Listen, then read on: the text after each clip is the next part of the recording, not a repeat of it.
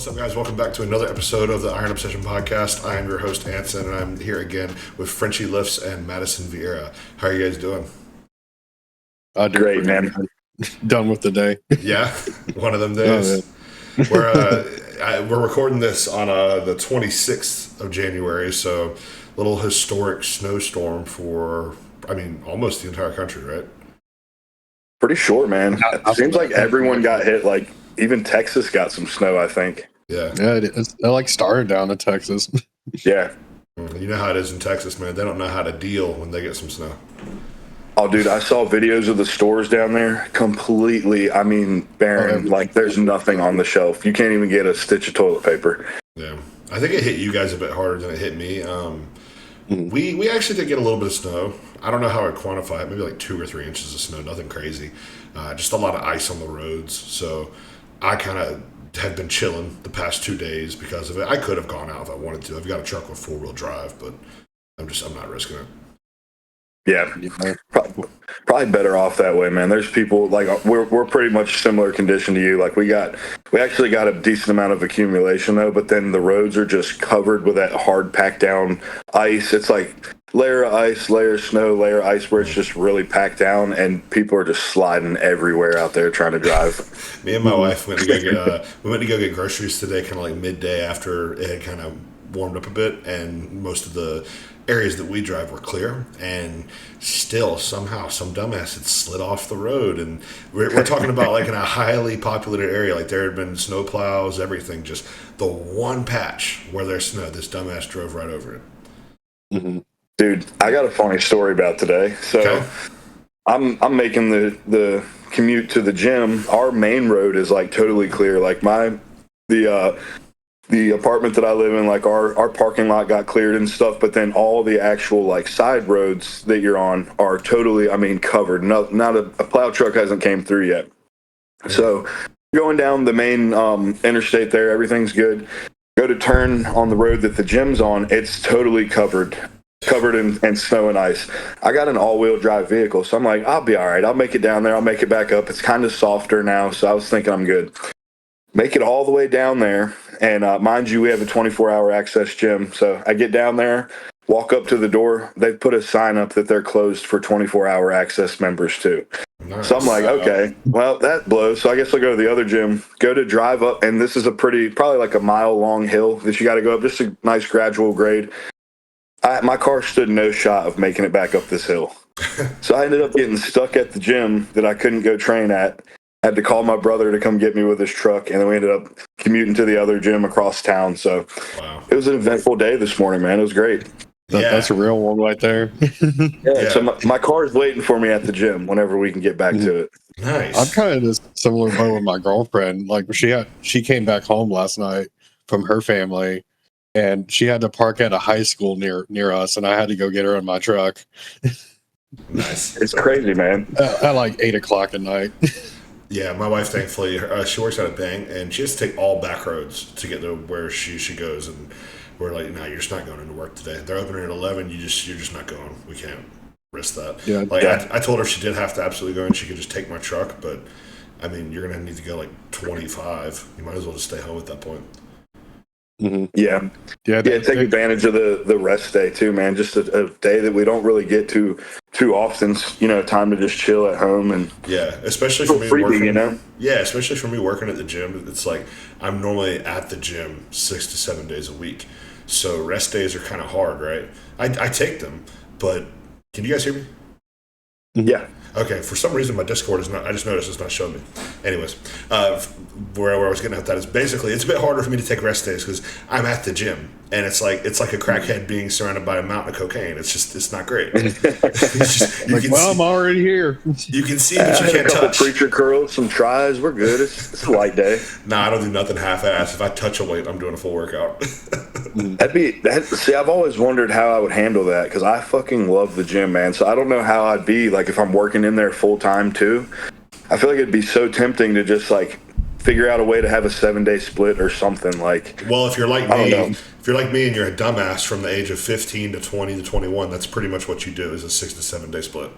if you're an idiot like me. So that's what I did, and I somehow progressed on that, through the grace of God, I guess, because I was a natural like 315, 330 pound bench presser, even doing that dumb shit. I guess just because I liked food so much, I was always fat and strong. But and then I finally kind of got down to 5 days a week of training when I got my first like legit bodybuilding coach. And then basically since August, I started working with Joe. That's when like I would say I've finally kind of learned how to train hard enough to where rest days actually matter now. To where I can tell the difference between a 4 and a 5 week. So with my split, how it rotates between 4 days and 5 days, this was supposed to be a 5 day week. I was supposed to train Monday, Tuesday, Wednesday, rest Thursday, train Friday, Saturday, rest Sunday.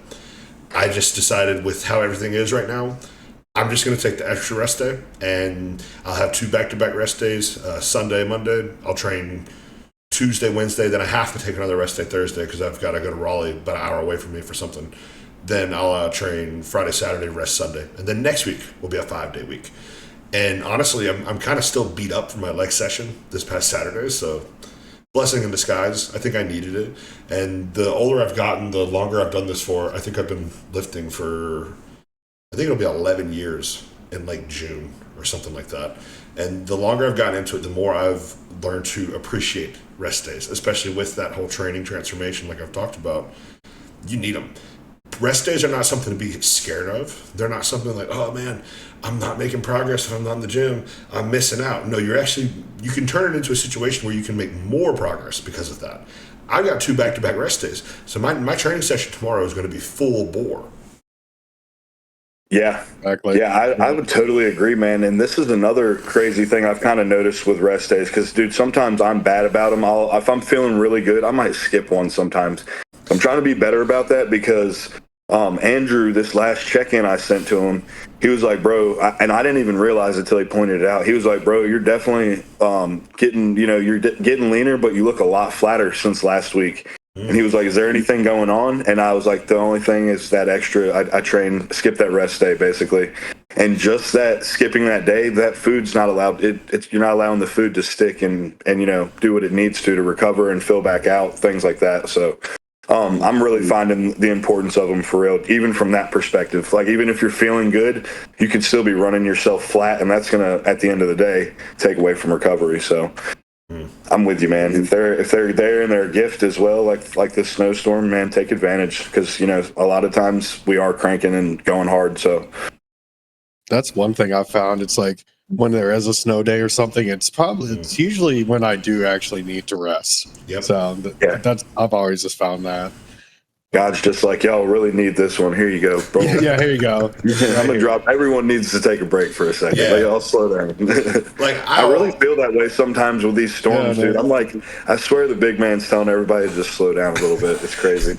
Like I think I'm at a point now to where I can say I train pretty hard 24/7. But I'm not gonna lie. This past Saturday we had that snowstorm coming. I was like, all right, power might go out. Like some crazy shit might go down. I might not be able to train for the next 2 to 3 days or so. I'm going to go fucking all out. I went heavier than I'd gone in a while. I think I was doing I want to say I did 6 plate. Yeah, it was 6 plate hip thrusts for 4 sets. Just to start my workout off. You were definitely like, oh, dude, if I'm not in here for 3 or 4 days, like, what's going to happen? Yeah, I'm going to be letting it rip. To be fair, it was a logical progression because my week prior to that, I had done 5.5 plates for 4 sets of 10, and the rep range for that day is like 6 to 10. Yeah, you've been getting super fucking strong at that, dude. That's impressive. It's working. Not a light movement by any means, man. That shit feels heavy. Like, hip thrusts are the real deal. Like, you look at them and think they're not that heavy. You start actually having that in your program, that's a pretty heavy movement, man, for real. Yeah, and it's different doing it on a Smith or with a barbell than it is doing it with, like, the machine. We got a Nautilus hip drive or glute drive, whatever it's called.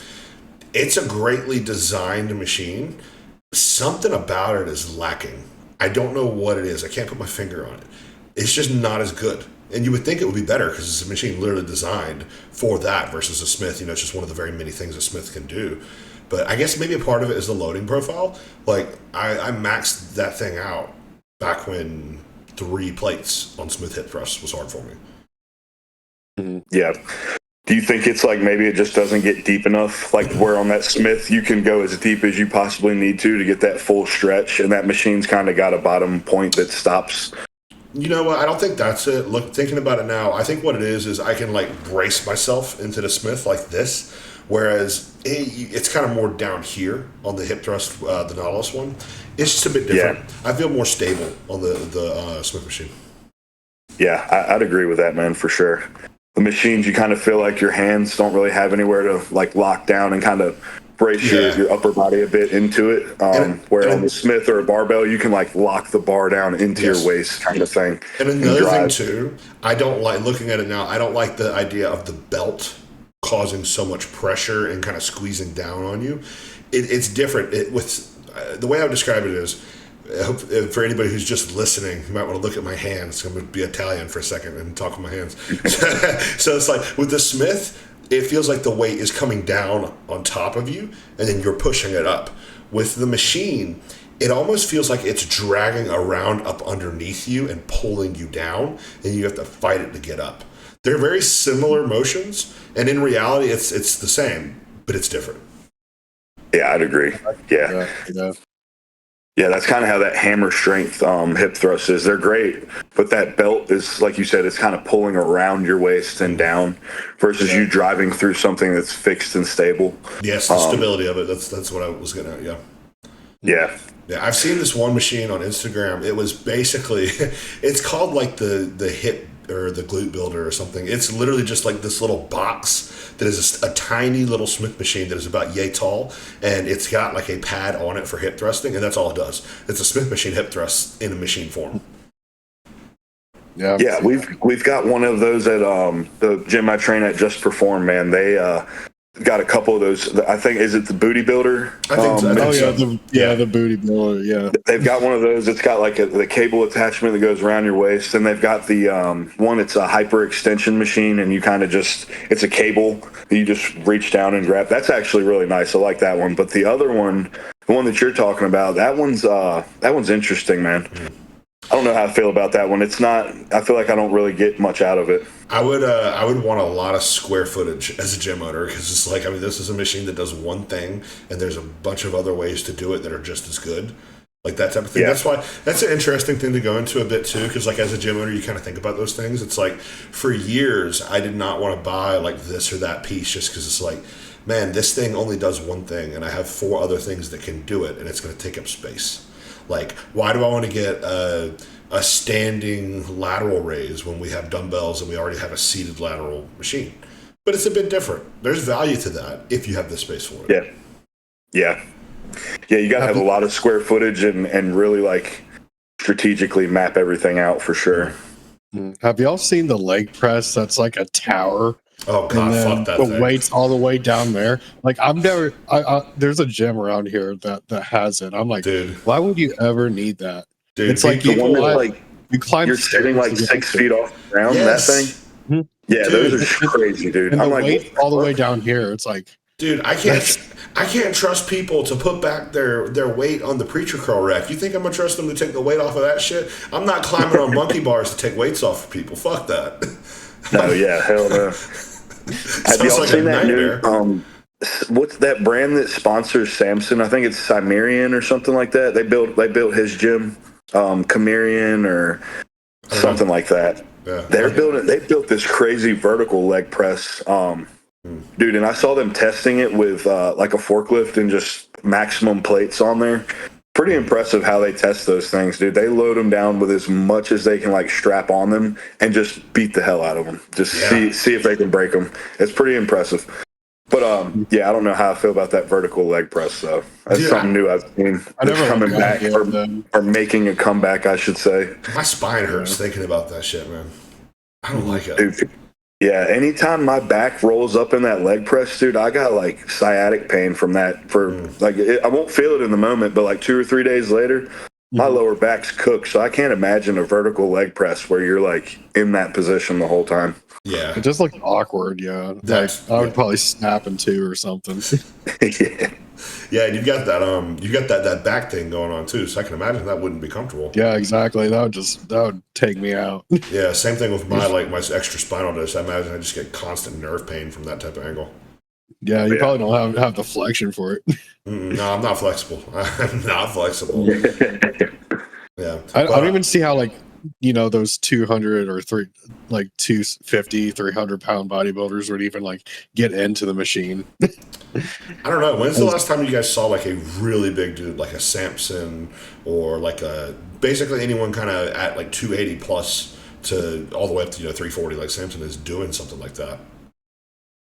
Never. It's normally like the more like the only person I can think of like that is impressive that I've seen do a vertical leg press is actually Andrea Shaw, and she's probably like 200 pounds. Yeah. Yeah. And then old school bodybuilders, like, before they had a lot of other machines, of course, that's what they would do is a vertical leg press, like Arnold's did and stuff. I mean, in an off season, I don't think those guys were getting much past 250, Yeah. Yeah, it seems like they kind of like almost just like, seems like they downsized a bit. Like they pulled back and kind of chilled a little bit, didn't take anything, didn't eat as much food, weren't training as hard. Well, yeah. I think it was just a way different time. Yeah, I also just mean the guys back then just were not very large. Like Arnold was the mass monster of that time, and he's probably only like 250 in an off season. Yeah. Well, they definitely didn't take the drugs and eat all the food that we do now. So, well, that being said, God, I can't remember the guy's name. Very famous old school bodybuilder. The dude who owned Gold's talks about him all the time. I think he actually might have owned Gold's with this guy. This guy has like legit participated in studies before where they gave him like absurd amounts of drugs, like fucking 300 milligrams of Anavar a day or like thousands of milligrams of testosterone. I don't remember. Somebody in the comments may remember who I'm talking about. It's like he's like historically known as like the first absurd dose drug guy. But yes, there are outliers of some guys who were taking a shit ton of drugs back then. And honestly, you're saying that was Arnold? Arnold was like in these studies? No, not Arnold, but a guy of that era, or maybe slightly after. Around it, yeah. Yeah, I mean, if you like Google like golden age of bodybuilding, crazy drug doses, you'll find it. This is something I heard like 5 years ago, so I'm just going off of memory. But yeah, there are examples of guys doing. Yeah, and you got to remember too, everything was legal back then. So they can, if they got a chill doctor, hey, I want 150 D-ball a day. Okay. Yeah. Pharma. Wild West, baby. That sounds pretty awesome. Yeah. Good times back with the scheduling it looks like going on. We might be getting a little bit of that with testosterone up here shortly.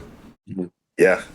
I saw that a couple weeks back, man. I saw that they were really pushing for that, and I'm like, dude, I'm all for it, man. Thank you. That would change the game for I wonder the though, world, man. How would that be downstream with the other anabolics? I wonder. I feel like that would make it's going to open the door for them to be more accessible at some point, for sure. And the way we all go about doing everything now, we're all monitoring all our health markers and all these things. So I feel like, they're going to see that window with the testosterone, how it can be, managed in a healthy way. And then they're going to be like, you know what? Hey, maybe these other things, let's take a relook at these other, compounds we used to prescribe on the regular. Because I feel like I heard Milo say it the other day, and I kind of agree. I feel like you can use anabolics to actually improve your health to some extent, depending on dosing and stuff, obviously. But just the metabolic benefit and all that, putting on actual muscle tissue, the benefit that has for your body, it's insane. So I would hope that one day we see that in our lifetime, in our bodybuilding journeys as well. That would be really cool. Yeah, I always think that like people over like 50, 55 should like look into like HRT or TRT. Oh, absolutely. Because it's like, I mean, even if it does take 1 or 2 years off your life, but you like end up living a very much better, healthy, more active life compared to like what we see now. It's like, I mean, what's the harm in that? People need to understand. I swear, man. So some people. I want to say it's irrational, but I guess it's irrational. But I'm going to label it as irrational. Some people just have such an irrational fear of death. It's absurd. They live their life in a way where every action is just completely overburdened by a fear of death. And it's like, look, there are things worse than that. Like, man, I'm going to be real with you. I don't want to be that I remember in my parents' old neighborhood, God bless him, there was this old man, he'd do his yard work every single day. And somehow he was fit enough to do his yard work, but the posture and just the pain, like he like literally was just like walking around like this. The pain that man must be in. And he was probably every bit of 85, 95 years old. I don't want to be like that. I would rather drop it when I was 70 and have all my bodily functions and mind intact. The mind is the big one too. Like, dude, that's what scares me, bro. That's what really scares me. Just being like 90 and someone else is taking care of you that doesn't give a fuck about you. Like, you know, God forbid that ever happens to any of us. But like, if you have Alzheimer's or something, man, that's just scary, bro. If you told me I could live to 65 with no dementia or Alzheimer's, or I could live to 85, but my last 5 years, or maybe let's say even just last year, I'm going to have severe dementia, Alzheimer's. Fuck it, take me on at 65. I'm not doing that. I feel like. Yeah, I don't know which way I'd swing on that one, dude. I don't know. Yeah, there's nothing. I work in a place that has a memory care facility, and it's interesting saying hi to the same person every day for the first time. Dude. So like being like a caretaker and stuff, I could see that perspective, but the part that would kill me is think about that person's interaction with their loved ones. They don't remember them anymore. Like imagine you're looking at your wife of 45 years and you don't know who she is. Fucking terrifying. Yeah, dude. When you bring that up, man, that's definitely like that would be so sad for your loved ones, especially, dude. Like to be going through that because it's like they know you're never coming back, and they're just because they love you so much, they're there for you. And you're literally there taking care of a potato. Yeah. That's sad, dude. My grandma got in that situation, man, later in her life, and it was tough to see her like that. I was younger when it happened. I was like 13, 14, but she had Alzheimer's, and dude, it's rough, and it takes over quick, man, for real. Like the brain just literally will go to nothing quickly. And it's amazing. It's wild how it happened. It was like 1 year she was totally coherent. Like we found out she had it. Everything was fine. We were just dealing with it. You know, she was still living life totally normal. And then within like a year of her taking medication and everything to prevent it, it was like she was bedridden in a nursing home. You know, didn't know any of us. Totally forgot my grandpa. It was crazy. Yeah. So it can be tough. And that is one thing I will say about bodybuilding, and even the bodybuilders who do kind of live longer than they're almost supposed to, right? Like a Arnold. How old is Lee Haney? I don't think he's got to be 70, right? Yeah, he's got to be close, man. Yeah. But you know, black don't crack. So he looks great. And I mean, hey, he got out at like 30, so there's that. Yeah. But I didn't realize he retired that early till. You know, later, you know, this past like year or two, I realized he was only 30 years old, man. That's crazy. There's never been a Mr. Olympia that dominant before. Imagine winning 8 Olympias before you're 30. Yeah. That means he won his first at 22. Yeah, he was just in the heyday of his life, like straight out of high school, like killing it, dude. That's impressive. I will say, I don't think that the competition was anywhere near as good back then as it was today, of course. And you shouldn't want it to be. Like, the competition should always be evolving and getting better year to year to year. But still, that's by far the most. I'd say it's either him or Phil Heath. You could maybe argue Phil Heath is a little bit more dominant just because the competition was a bit better. But talk about people don't put enough respect on Lee Haney's name, so I just wanted to get that out there for a second. Yeah, that's very true, man. He's super, like, when you talk about the greats, he oftentimes gets, like, just, I feel like he gets forgotten about. A lot of times from our younger generation of bodybuilders, too, they kind of, you know, forget about him a bit. And I guess it's just because, you know, we really remember, like, Dorian and Jay and, you know, Phil and all these guys. So we got to remember him, too, man, because he definitely pioneered a lot, man, especially with his training style and stuff like that, you know. Yeah, but what I was getting at with mentioning the kind of the older bodybuilders, you notice none of those guys have Alzheimer's, or none of them have dementia. Like, you know, Arnold will say some wacky things from time to time, but he doesn't have dementia by any means. Yeah, that's just Arnold. Yeah, and I think a big part of why these guys tend to, you know, even if maybe their body is a little broken here and there, like they got some injuries and stuff, their minds are usually pretty good intact, and overall they're still pretty healthy, is because there's got to be something said for the diet aspect of bodybuilding. And I think even back then, they still were taking some measure of care into their health. Like, they're probably going to see a doctor every once in a while at least. It's not like it is today where guys are checking their blood sugar, checking their blood pressure, echocardiograms, this, that, and the third. But I want to think, you take drugs for 20 years in bodybuilding, you're probably going to be a little more health conscious, right? Some people. Yeah, you would hope so anyway. Then you got Marcus Rule smoking a carton a day, but... Yeah, exactly. Dude, freaking animal, man. Yeah. But that kind of segues us into a topic I wanted to get into. Basically, there's been a couple, I'd say in the past few years, there's been a couple examples of people passing before their time in bodybuilding.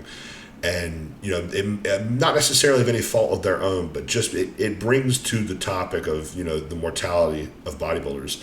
What are some kind of prophylactic tools and screening, blood work, things like that? Basically ways that you guys make sure you stay healthy year round, not just off cycle, on cycle, etc.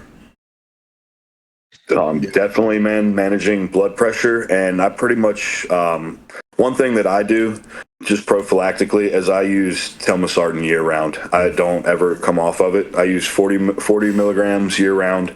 Another thing I use year round is Cialis, another thing for blood pressure, because I just tend to, my blood pressure, even, when I was totally natural and stuff, tend to run a little bit higher. So I'm always super mindful of that. And then another thing, just monitoring blood sugar. These are two things that you can do at home all the time that I feel like are two things that we should definitely be doing bare minimum. And then obviously keeping up with our labs, lipids, complete metabolic panels, all that stuff, keeping up with kidneys, cystatin C test. What else do we need to check? APO, lipo B, all that good stuff. Just constantly checking it, on cycle, off cycle, in prep, in off season, keeping up with that stuff. So you hit basically everything on the head there, right? But what do you think about more extensive measures like echocardiograms? I have not personally gotten one, but I definitely am. That's in the very near future because I'm 30 now, so 31 now actually. So I feel like I need to be definitely getting that done. Yeah. Now, do you think that is something that is necessary for kind of the younger crop to do? Like, let's say below 30. I would. I always say. I don't ever want to say no, but I think I maybe always would say be okay. do what you can with budget. Yeah. Like if you can't do the bare minimums of like 6 months, every 6 months of blood work, all that kind of stuff, like then don't even try to hop on. Oh yeah. But like if you can do the bare minimum and do a little extra on top, I mean, do what you can now, and hopefully you'll pursue a career that you can make money enough to do the more minute kind of things, or like the larger picture kind of stuff. Yeah, I mean, and I agree with everything you guys are saying, but kind of playing devil's advocate here, one would argue you could get blood work for the next 10 years and it won't pick up what an echocardiogram will pick up. Yeah. So I mean, that's always better. So, I mean, definitely do your best to try to do that. But what do you guys think what do you think the typical price barrier is going to be for something like that? I actually have a doctor's appointment myself on Thursday.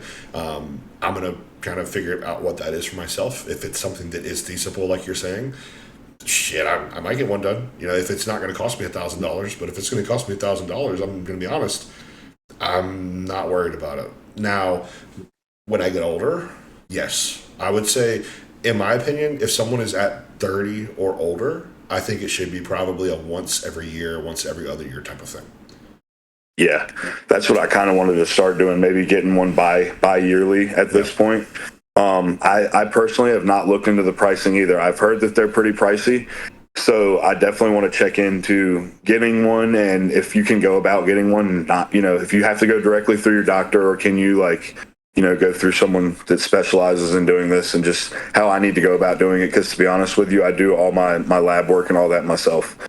I pull all my own stuff. So that's the extent of all that. I really am not in the doctor very often.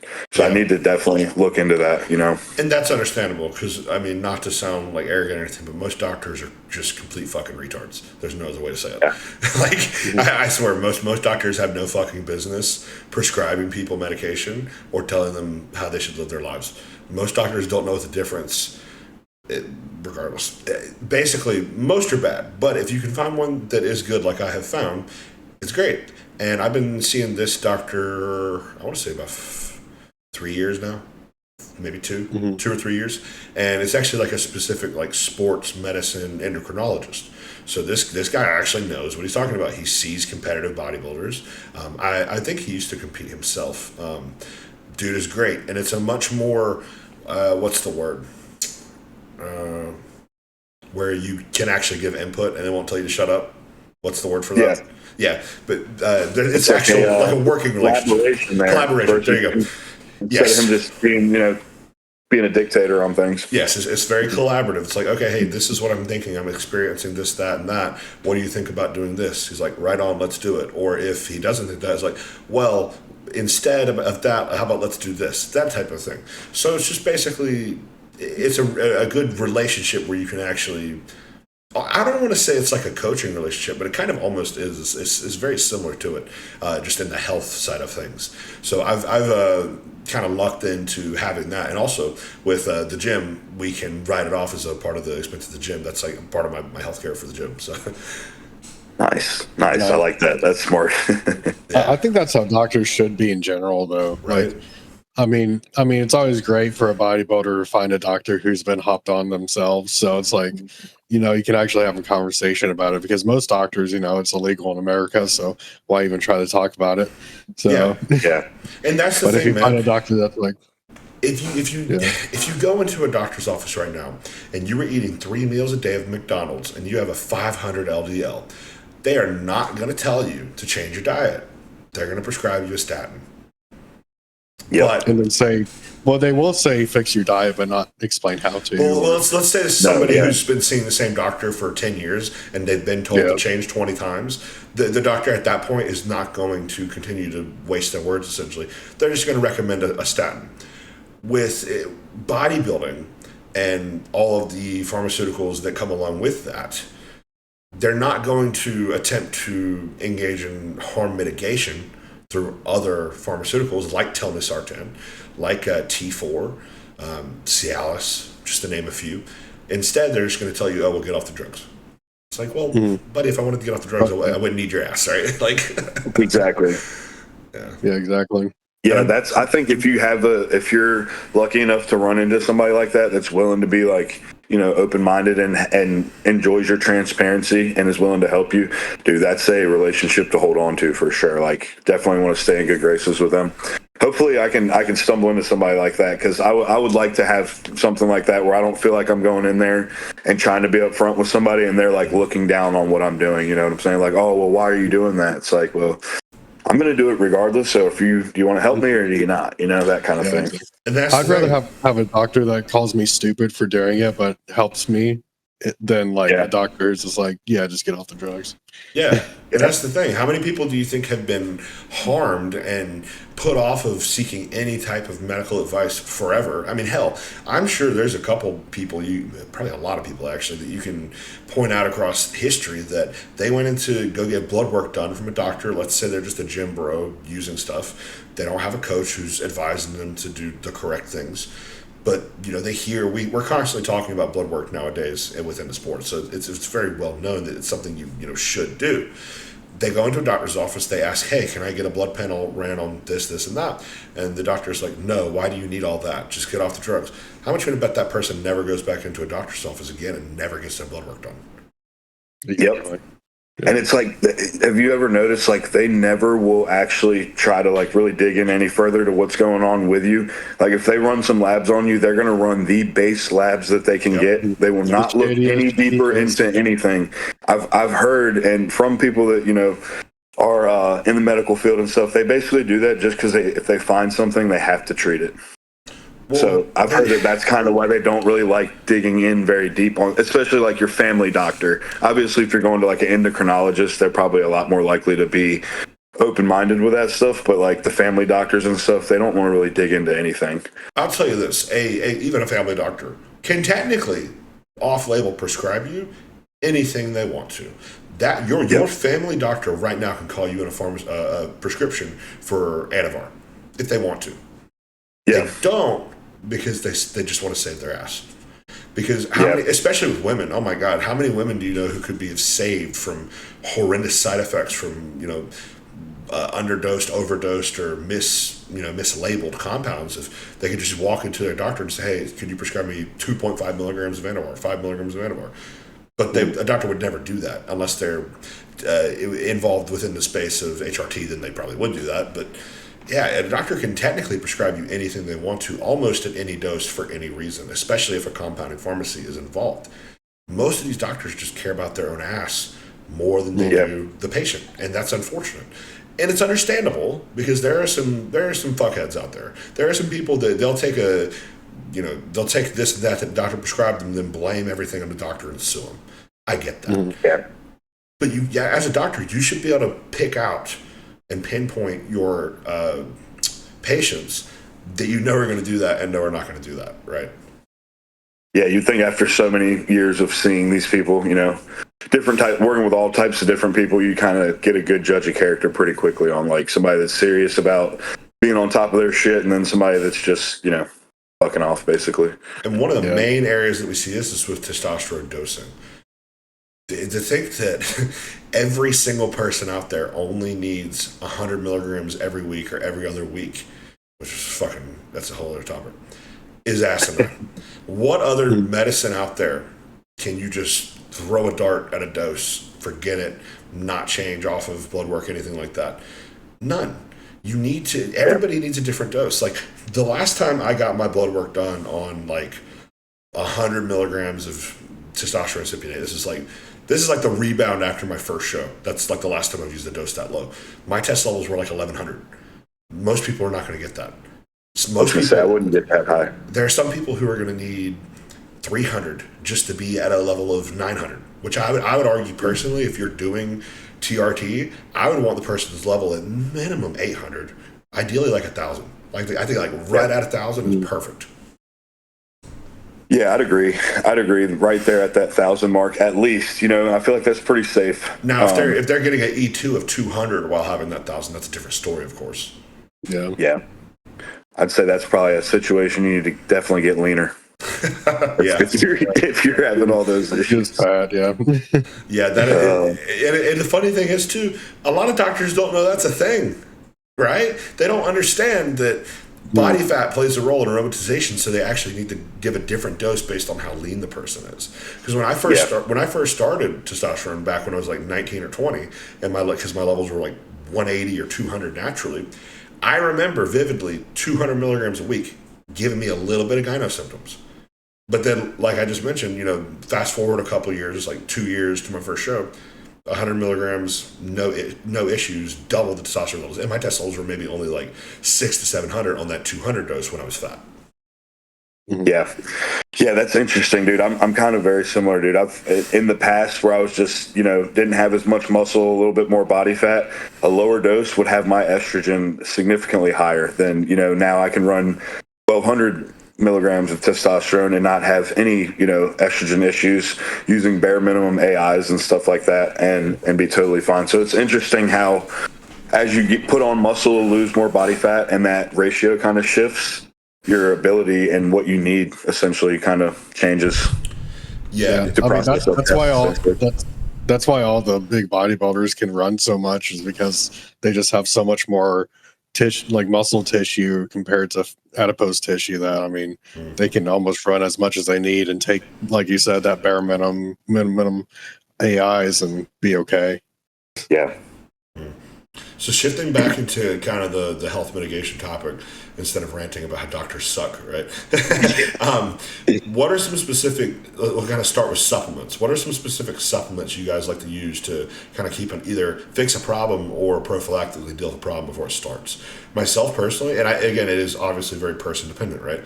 Myself, my only really main issue now with my blood work is my HDL. So, I'll take a kind of a insurance policy supplement blend, covers, liver health, kidney health, lipid health, multivitamin, fish oil, stuff like that. But then the main supplements that I'm focusing on are going to be like a citrus bergamot. That's the main one for me right now. Vitamin D3, K2, stuff like that. anything krill oil, actually, something I would play with from time to time. Now I'm just doing fish oil. Red yeast rice is something I would kind of throw in and out, see how it affects my HDL. Pretty much anything that can affect my HDL is what I'm playing with supplement wise. What are some supplements that you guys use to solve whatever your specific issues may be? I was going to say one that I keep in faithfully is definitely a couple grams of fish oil every day. I love keeping that in on the daily regimen.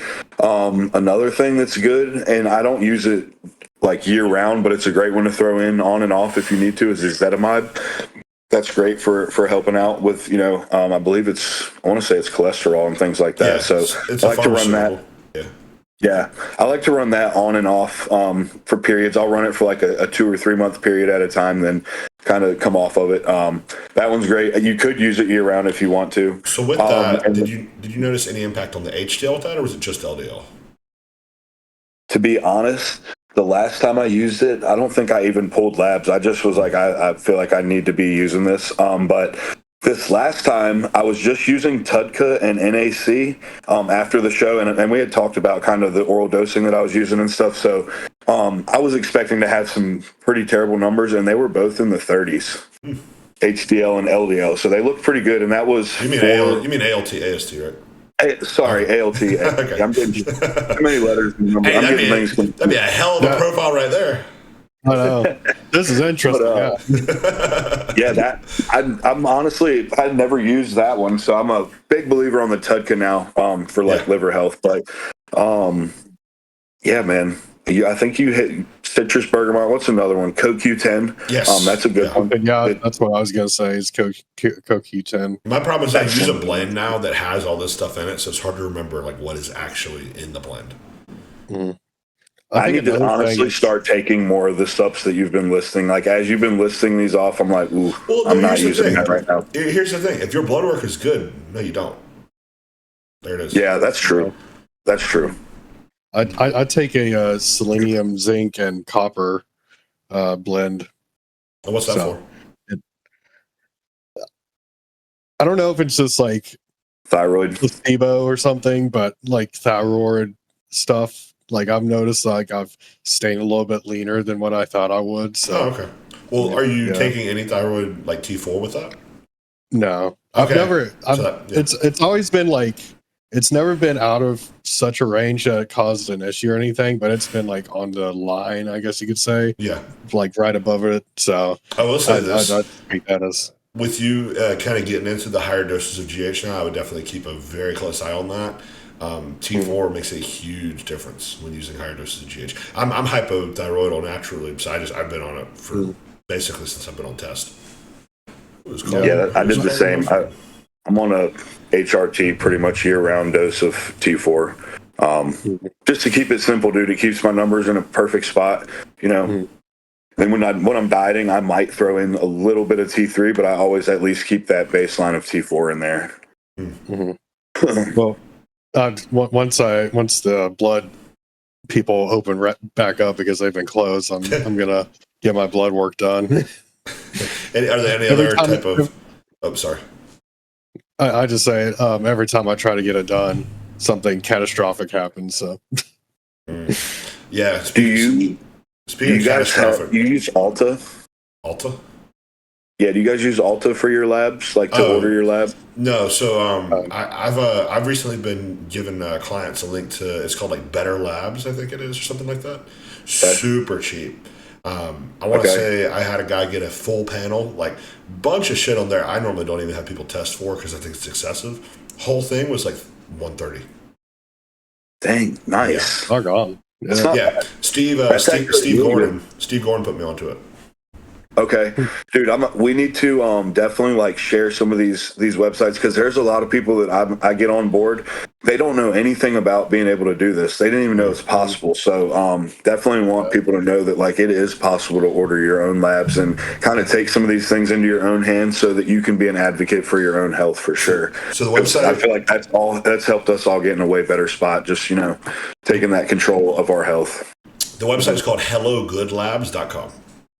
Okay. So for anybody who wants to go check that out. Now, I I was going to go through Anabolic Insight, so Yeah, that's a little bit cheaper. now, I do believe that there is some type of like discount code. For example, like the panel before he applied the discount code was like $200, but then once he applied the discount code, it's like 130 or something. And that was for like a pre-made panel. Because to be honest with you, this guy had never got blood work done before. I didn't really want to sit down there and like, okay, you need this. I was like, okay, what's this panel? Is this priced reasonably? Hell yeah, go for it. So for myself, it'd probably be $80 to get my blood work done. Yeah, most of the time the panels are cheaper if just overall. Yeah. So, that's what I found. Like I've tried to do picking out my own individual what I want, and there was a lap that was pretty dang near close to it. That was like, I don't know, $80 to $100 cheaper. So Yeah. Are there any other type of supplements that you employ, or like even pharmaceuticals, other than the zinc, selenium, copper?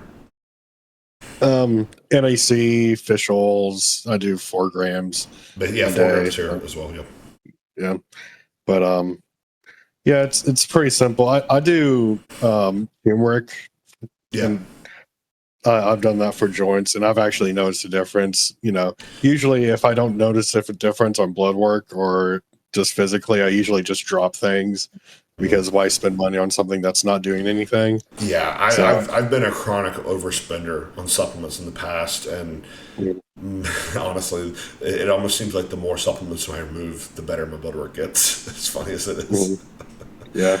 Another thing I do is I do a mixture of magnesium glycinate and magnesium L-threonate, just because the L-threonate can actually cross the blood-brain barrier. For sleep? It has, and also just cognitive health benefits as well. So that's one other one I was going to throw in there that I take religiously is magnesium for sure. Every day, just helps with sleep, helps you relax a bit. Definitely feel a little bit calmer after taking a hefty dose of magnesium. Oh yeah, if I had to kind of like get it down to the bare essentials to recommend somebody, I would say multivitamin, fish oils, D3, K2. You got to make sure you have the D3 and the K2 together. K2. It is not beneficial to take a bunch of D3 and then not have the K2 with it. It can be detrimental at that point. Yeah, you can have a bunch of heart plaque buildup from that. Definitely don't want to do that. Yeah. Past that, I would say Tudka and or NAC. I like both personally, so I would recommend both. I think a little bit of CoQ10, as pricey as it is, I would say like 200 to 400 milligrams of that a day would be beneficial. If you have lipid issues, citrus bergamot, and then magnesium before bed, glycinate specifically, melatonin, I think that's it. Do you take GABA by chance to help with sleep ever? I just started recently because, oh my God, my fucking sleep, dude. I'm right there with you, dog. I'm trying to fix it. I swear that everybody's having sleeping issues right now. Dude, it's got to be something in the air. Terrible. Yeah, I know. For me, I know it's because it's just, I'm heavier than I've ever been. Like, I stepped on a scale last night. I was 250 before bed. But I just can't fucking sleep, dude. And I can't wear my CPAP. Now, when I say I can't sleep, this is how it goes. I lay down in bed for like 30 minutes of my CPAP mask trying to fall asleep, toss it the fuck off me. Then I probably toss and turn for another 30 minutes. I fall asleep. I wake up maybe every hour or two to get up and piss.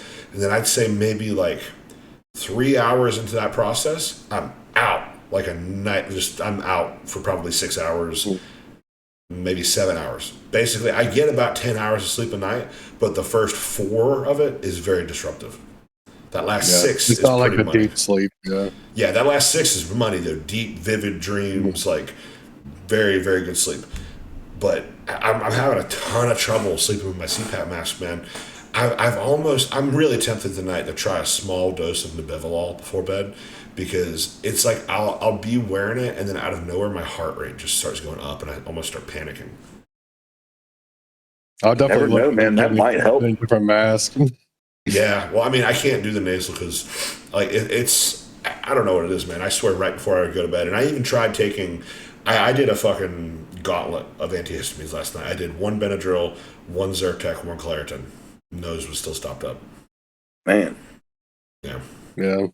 Man, yeah. Dude, that's tough, dude. I'm kind of right there with you, man.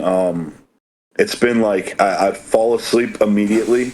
It's weird. I'll fall asleep immediately, be exhausted, tired, like when I lay down, be out, zonked out, put the mask on. But then I do kind of similar to what you do. I wake up in a panic in the middle of the night, all of a sudden just randomly and rip it off.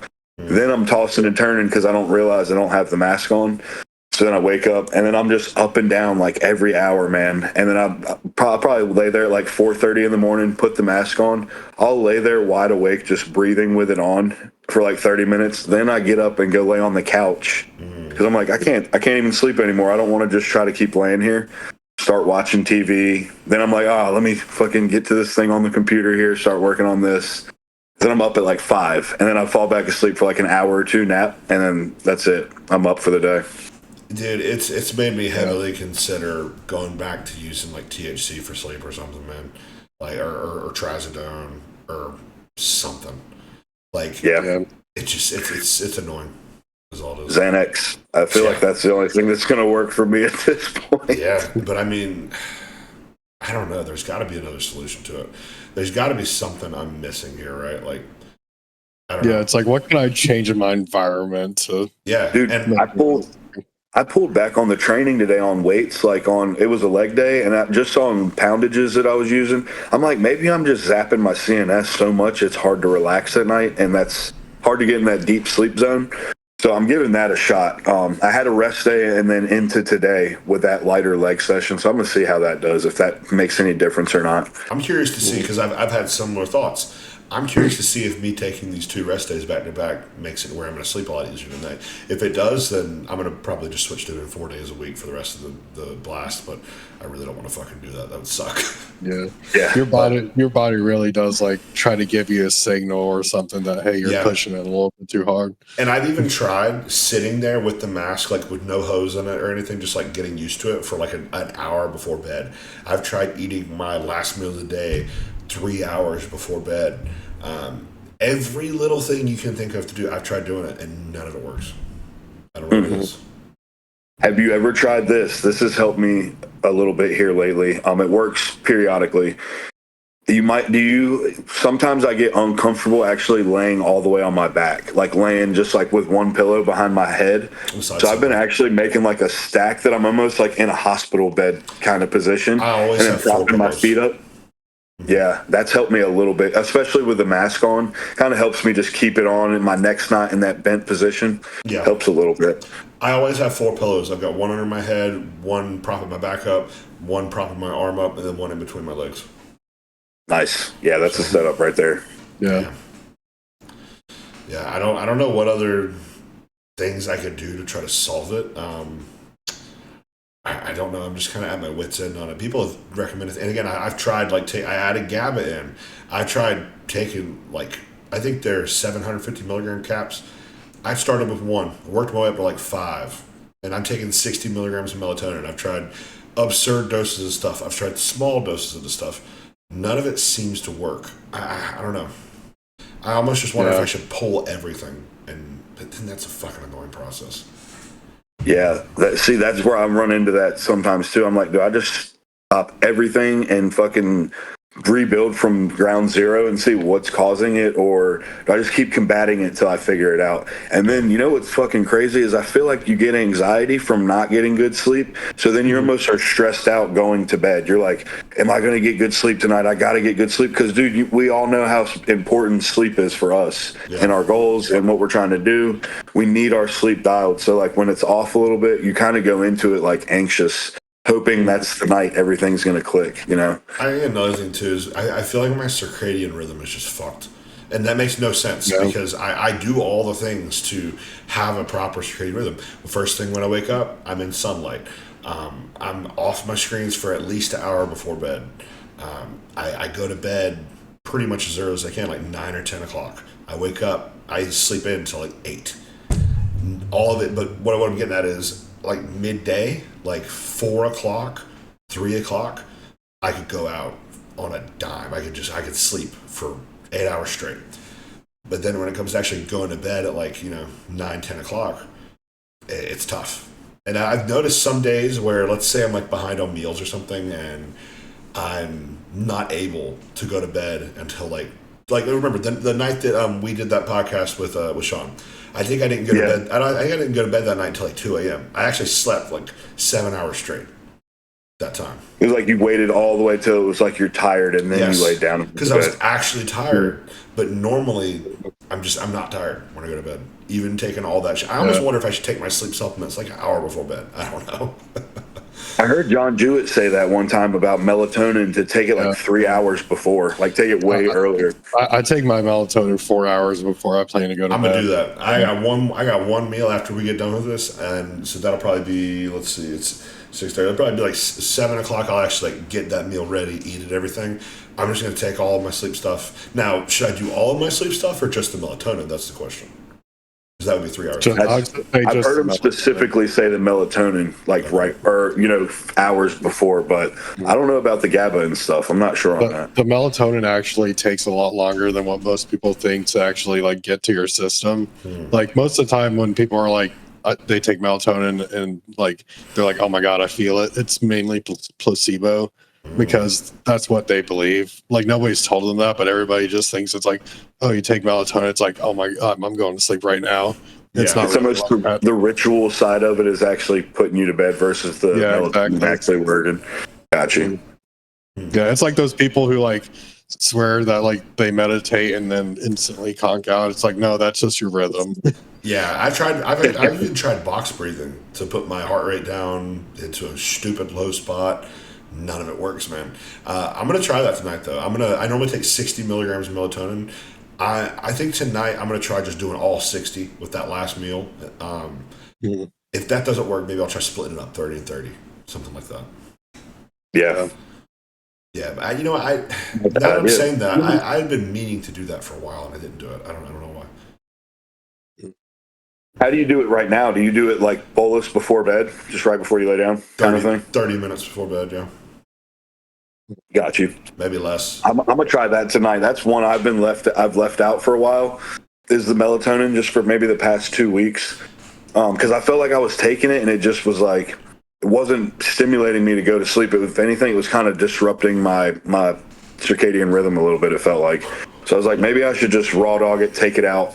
I stopped taking the GABA for a bit, but none of it pulling all that out helped. So I kind of put the GABA back in, left the melatonin out, seeing if that helps. Well, here's the thing: sleep benefits aside, mega dosing melatonin, and I'm sure GABA too has a similar effect, has been shown to greatly increase growth hormone levels. So I keep it in year round, even if I feel like it's not doing shit. Dude, I heard it has a bunch of antioxidant properties too at that mega dose. It's like crazy antioxidant benefits. So that's pretty cool, man. You would never think that with melatonin, but it's great. I mean, I really don't think there's any downsides outside of some people feel groggy when they take it. That's it. Yeah. I heard Vigorous Steve say he feels depressed if he takes too much. I think that's kind of horseshit. I just recently, in the past like 2 days, heard him say that. Yeah. Yeah. I don't know if I believe that, but I love Steve, but he's got some kind of outlandish things that he says from time to time. He does say some things every once in a while that's like, yeah, I'm not sure. Yeah, I think that's one of those things where it's like somebody, because I do believe he's a very, very smart guy. I mean, hell, that's like starting out, that's where I learned a lot was the Vigorous Steve YouTube channel. Mm-hmm. His old content, dude, back in the old school days, back when like the couch was behind him and stuff, man, wealth of knowledge, especially like if you're looking into that the topics, too. Yes, if you're looking into the topics of like insulin usage, growth hormone, to like bioidentical hormones, basically, I would say Steve is pretty much the king of that, bioidentical hormones. 100%, dude. I learned a lot from him, man. Like you said, when I first got started out, that was like one of the first.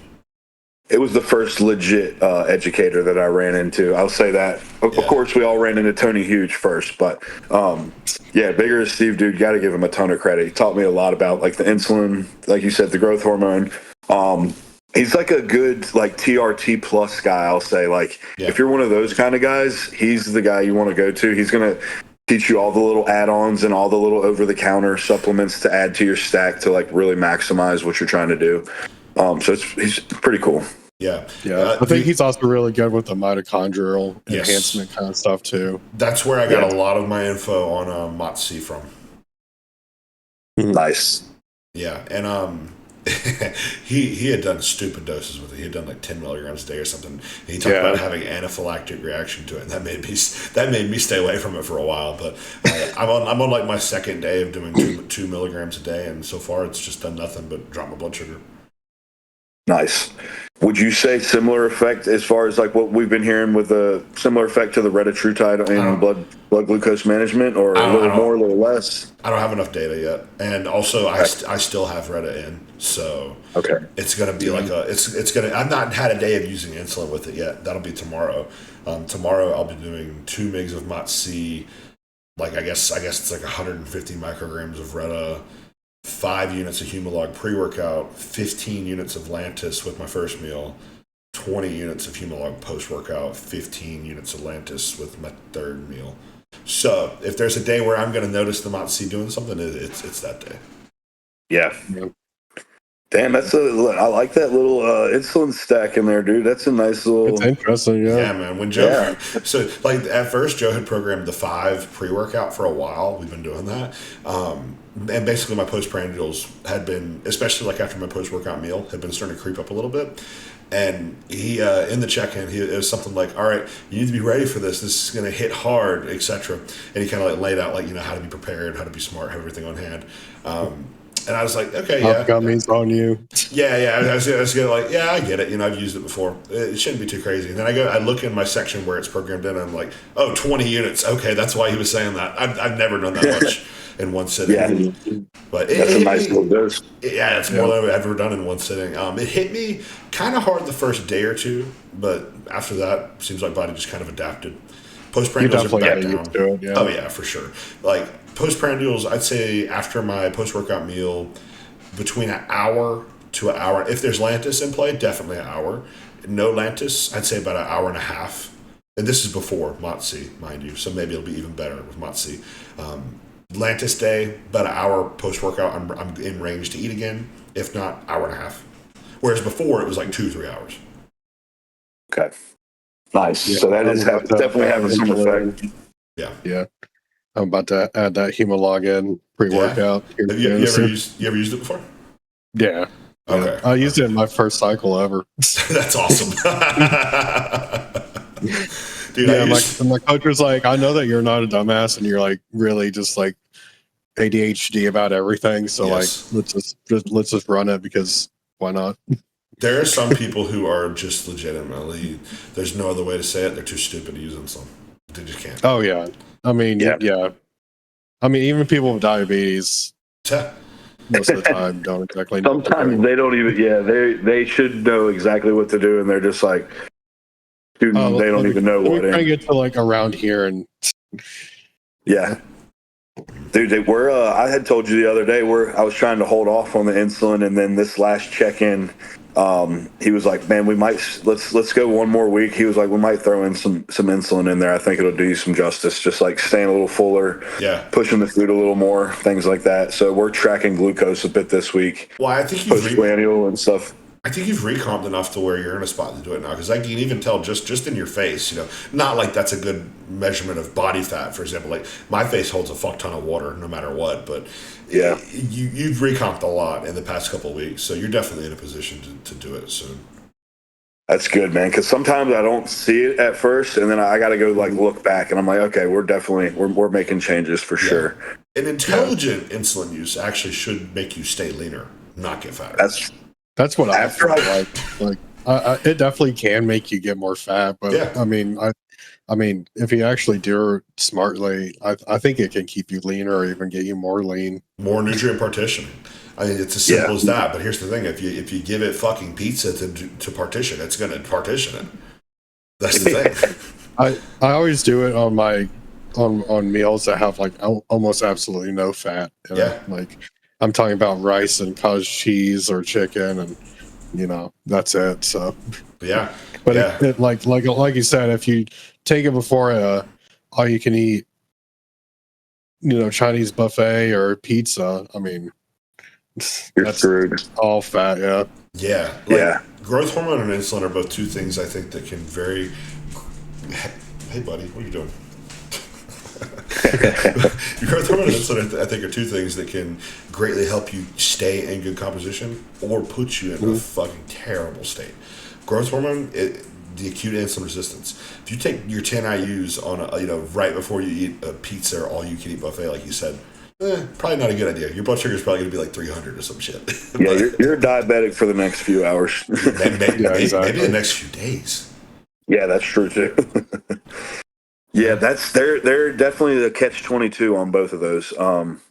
Like we've talked about in the past, man, we've kind of used insulin and seen not the best results, but I've kind of, after I've thought about it more, kind of changed my perspective on it a bit. Like you guys are saying, if it's used properly and diet's perfectly dialed, it should, if anything, get you leaner. If your diet is staying stagnant and then you add that in, you should see a visual composition shift for sure.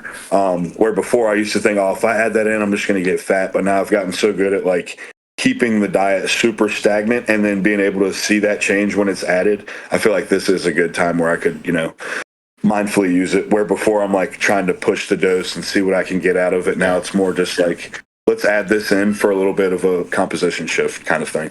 Definitely. Even if using it for anabolic reasons, it should be used as a supplementation to what you're already doing.